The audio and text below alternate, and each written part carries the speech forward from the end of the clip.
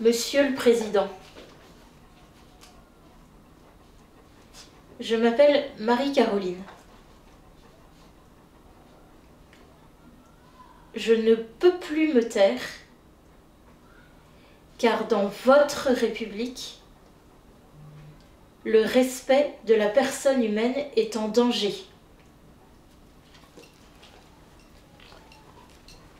Je suis née avec un handicap moteur très lourd et douloureux qui me contraint à une dépendance totale. Je me déplace en fauteuil électrique. J'ai été opérée, hospitalisée des dizaines de fois. J'ai besoin des autres à chaque instant pour survivre dans les moments les plus humbles de la vie quotidienne. Mon combat est celui de la dépendance, pas de la vie. Mon handicap ne m'a jamais empêché de franchir les obstacles, ni de réaliser les rêves, bien au contraire. Il est un tremplin qui m'invite quotidiennement à choisir de vivre parce que j'aime la vie. Le handicap est une contrainte, mais pas la vie. Nous nous étions rencontrés le 9 avril 2018 au Collège des Bernardins. Nous avions pu échanger quelques mots et je vous avais offert mon livre témoignage pour lequel vous aviez montré de l'intérêt. Pour me parler, vous vous étiez mis à ma hauteur. Cette attention que vous avez eue, je ne l'ai pas oubliée. Aujourd'hui, Monsieur le Président, je vous partage ma grande inquiétude et mon scandale face à l'euthanasie. L'euthanasie vise d'abord les personnes vulnérables, dont je fais partie.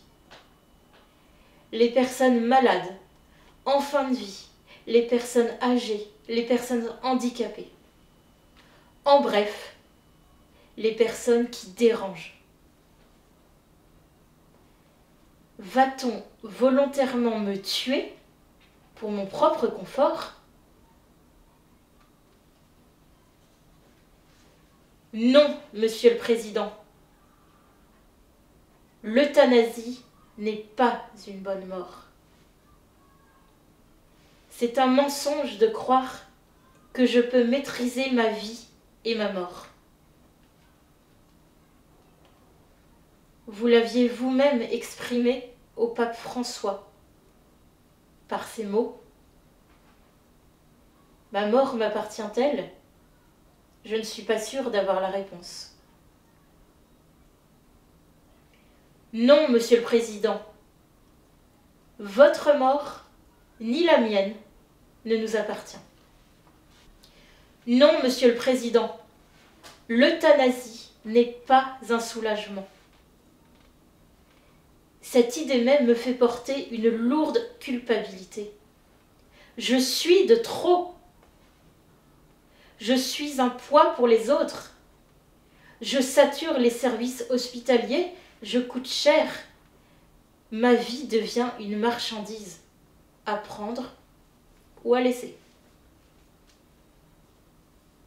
Non, Monsieur le Président, la proposition de loi actuelle affirmant soi-disant le libre choix pour la fin de vie n'est pas la vérité.